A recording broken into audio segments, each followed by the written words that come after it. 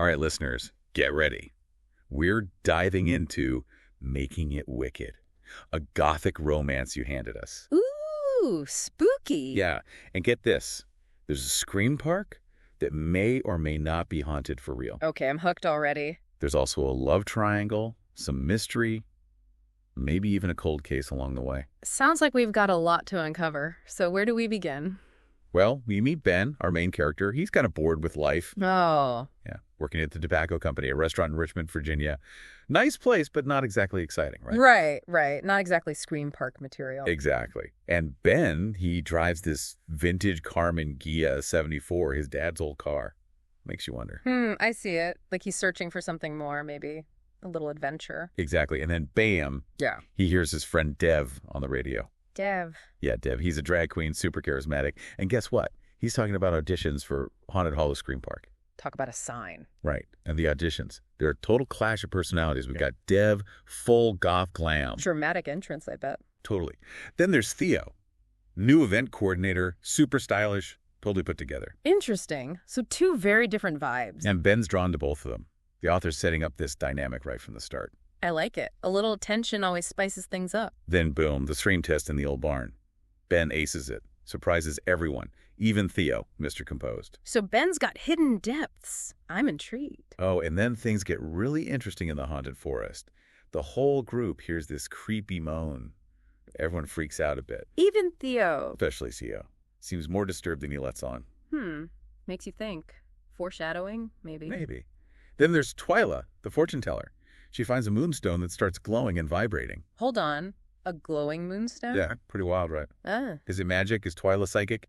I need answers. Well, that's the fun part. We're left guessing. The moonstone could be anything. A symbol, a power source, a distraction. True. Okay, then we move from the spooky forest to this super creepy goth club. The Vortex. A vortex. Just the name sounds ominous. Right. And the bartender, Rook, adds to the whole unsettling vibe. And guess what he does?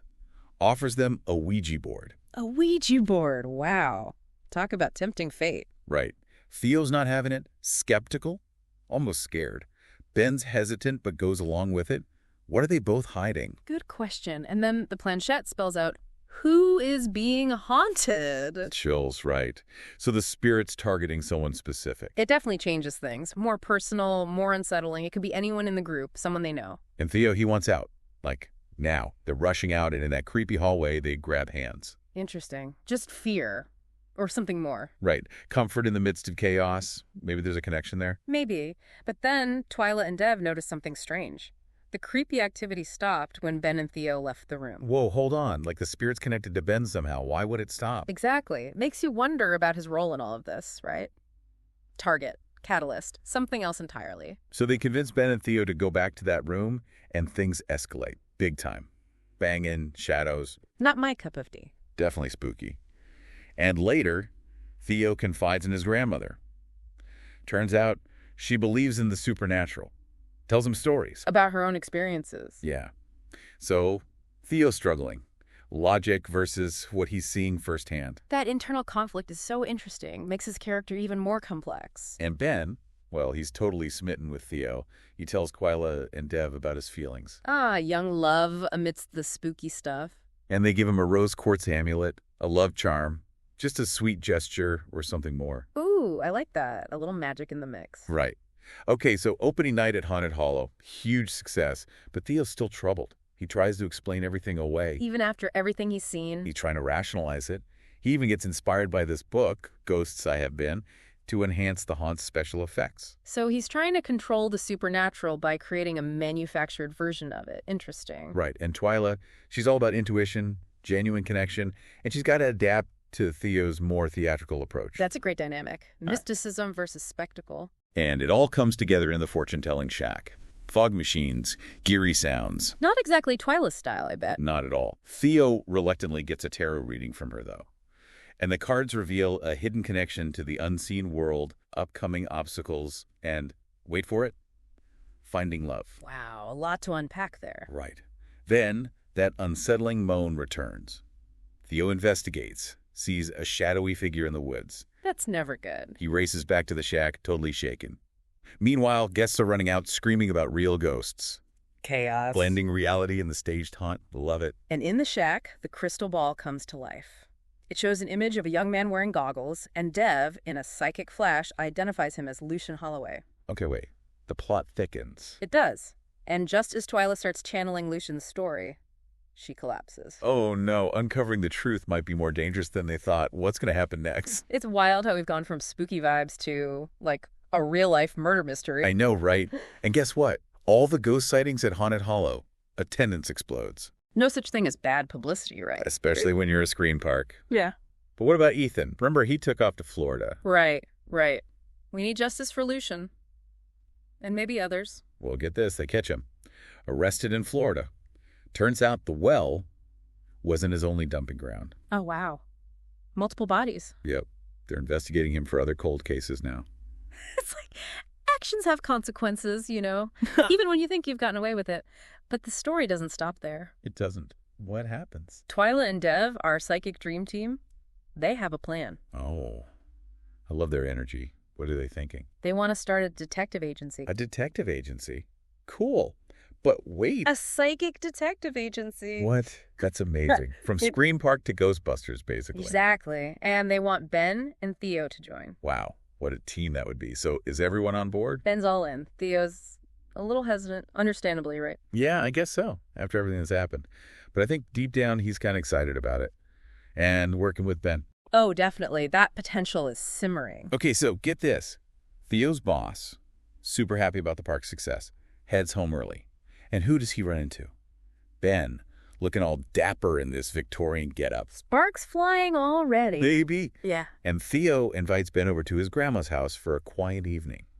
Remember her, the supernatural believer. Right. I'm sensing a subtle approval there, like a test maybe. And the grandma, she's amazing. Total Southern hospitality. Fried chicken, mashed potatoes, the works. Sounds delicious. And a welcoming vibe, which is important. Totally. Then Theo shows Ben his writing space. And guess what Ben finds? A signed copy of Ghosts I Have Been, the book that inspired Theo. Full circle moment. It's like their paths are meant to cross. I know, right? And Ben. He's read all of Theo's books. Oh, that's sweet. Shared interests, building that foundation. And after dinner, Grandma heads to bed early. Leaving them alone. And they start dancing. A waltz, no less, to these old 78 RPM records. Old school romance. Perfect setting. And Ben goes in for a kiss. Later that night, they're at Ben's place, talking, drinking wine, cozy vibes. And then Theo drops the L-bomb. He says, I love you. He does. And Ben, being the great guy he is, says it back. I knew it. And, well, they spend the night together. Things are heating up. The next morning, Ben's getting ready to head back to the park. And Theo's like, wear those goggles, the vintage ones. Even calls Ben an adventurer. Ooh, I like that. It's like he's embracing the mystery, even a little bit. But as Ben walks back to the shack, he hears it. That same unsettling moan from the woods. Oh no, don't tell me it's not over. We'll have to wait and see. But back at the shack, Dev and Twyla are prepping for opening night. Business as usual, or so they think. Right. The calm before the storm. But as the night goes on, things start to go wrong. Theo's special effects are glitching, then boom, a huge clap of thunder shakes the shack. Uh-oh. That's not a good sign. Guests start freaking out, running out of the park, saying they've seen real ghosts. It's all happening.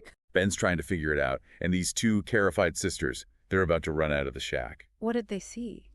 They won't say, just disappear into the night. Spooky. What happens next?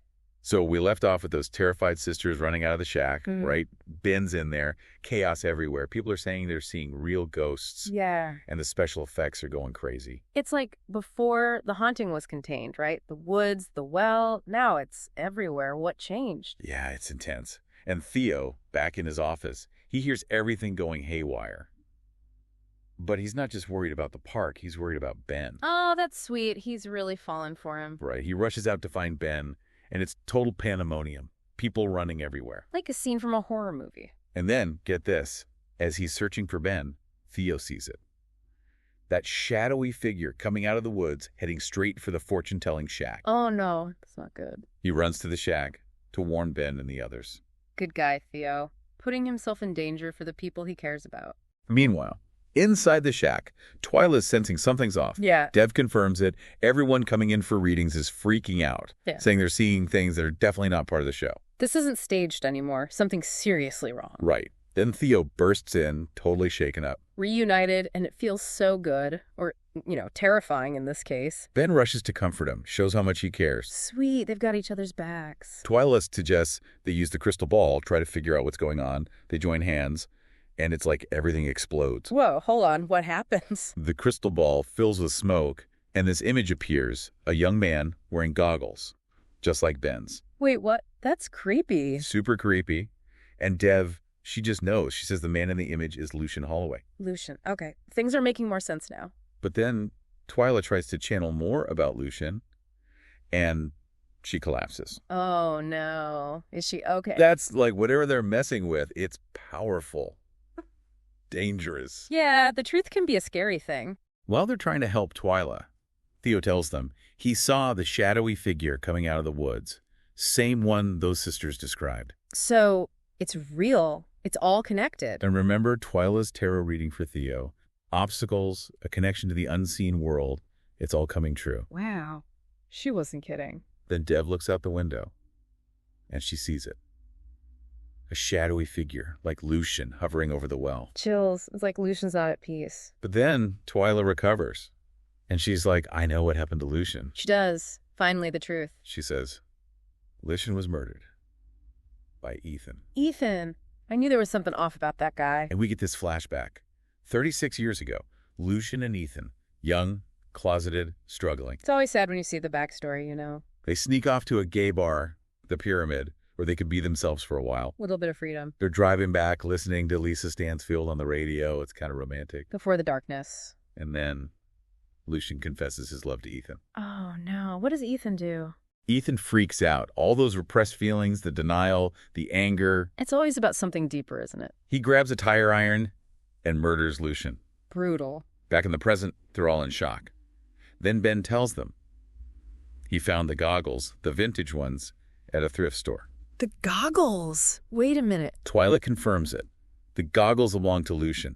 Ethan kept them as a trophy. Wow. So a piece of Lucian literally found its way to Ben. That's some connection. They rush to the well. They want to help Lucian's spirit find peace. But as they approach, the forest erupts and Lucian's ghost appears. Furious, I bet. Totally. He wants revenge. But Twyla, she steps up, leads a ritual to help Lucian find peace. She's amazing. And it works. Lucian's ghost vanishes. The forest calms. Finally, some peace.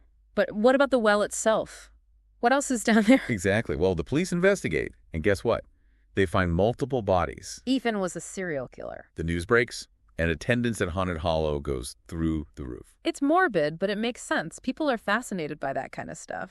And Twyla and Dev, they decide to start that psychic detective agency. I love it. They invite Ben and Theo to join. New adventures await. I can't wait to see what they uncover next. You too. Well, that's it for our deep dive into making it wicked, spooky romance, murder mystery, psychic powers. What more could you ask for? It had it all. Thanks for joining us. And listeners, remember, keep an eye out for those spooky vibes. You never know what secrets are hiding right around the corner.